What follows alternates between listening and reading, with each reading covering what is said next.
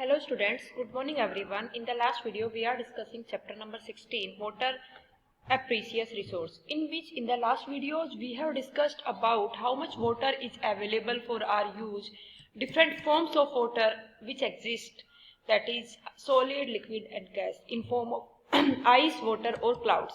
Next point we have discussed in our previous videos, groundwater as an important source of water. Next point हमारा था बेटा depression of water table, कि water table जो है, water level जो है वो आपका किस तरह से डिक्रीज करता रहता है, ये सब चीजें भी हमने देखी थी।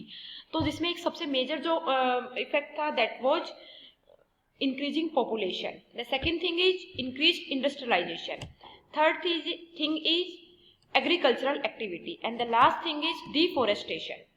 अब हम इससे आगे बात करते हैं डिस्ट्रीब्यूशन ऑफ वाटर। आज का हमारा टॉपिक होगा डिस्ट्रीब्यूशन ऑफ वाटर। आपको पता है कि इंडिया एक ऐसा कंट्री है, आपने बहुत वास्ट कंट्री है। इंडिया के अलग अलग एरिया के अंदर कुछ ऐसी जगह है जहाँ पर बहुत ज़्यादा ड्रॉट रहता है, जो डेजर्ट एरियाज है, कुछ ऐसी जगह है जहाँ पर बहुत ज़्यादा बारिश होती रहती है। तो एट द सेम टाइम एक ही कंट्री के दो अलग अलग प्लेसेज के ऊपर एक टाइम पे ड्रॉट है और सेम जगह टाइम पे दूसरी जगह पे क्या है, आपका रेनफॉल बहुत हैवी है। इसलिए हमारी कंट्री के अंदर unequal distribution of rain water होता है। So the distribution of water over the globe is quite uneven due to the number of factors. अगर हम ग्लोबली बात करें पूरे वर्ल्ड की, तो वर्ल्ड के लेवल पे भी हमारा जो डिस्ट्रीब्यूशन ऑफ वाटर है that is unequal. There are so many factors just because of those unequal inequality exist. Some places have a good amount of rain. कुछ जगह पर बहुत अच्छी रेन होती है. On the other hand, these are deserts which have scanty rainfall. जबकि दूसरी side में वो एरिया भी हैं जहां पर आपके रेनफॉल की बहुत ही डेफिशिएंसी रहती है. Some regions have excessive rains which causes floods, while some others have very little rainfall which causes drought.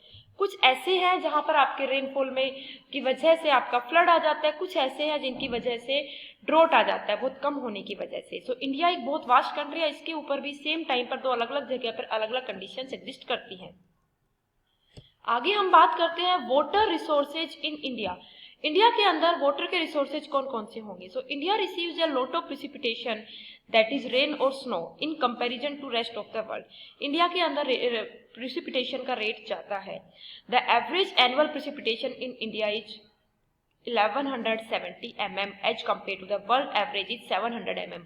अगर हम वर्ल्ड की बात करते हैं तो वर्ल्ड का एवरेज जो प्रेसिपिटेशन है वो है 700, जबकि इंडिया का है 1170।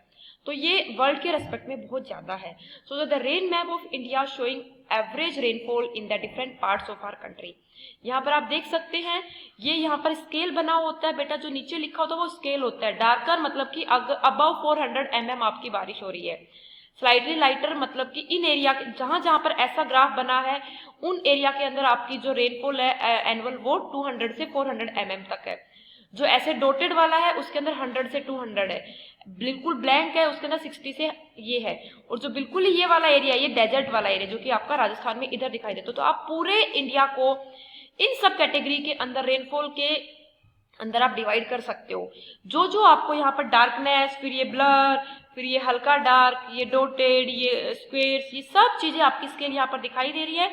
इसकी हेल्प से आप देख सकते हैं कि किस एरिया के अंडर आपकी कौन सा वेदर या कितना रेनफॉल वाला एरिया वहां पर आपका एग्जिस्ट करता है। So this is the water resources in India. India को वाटर कहाँ कहाँ से मिलता है। Government of India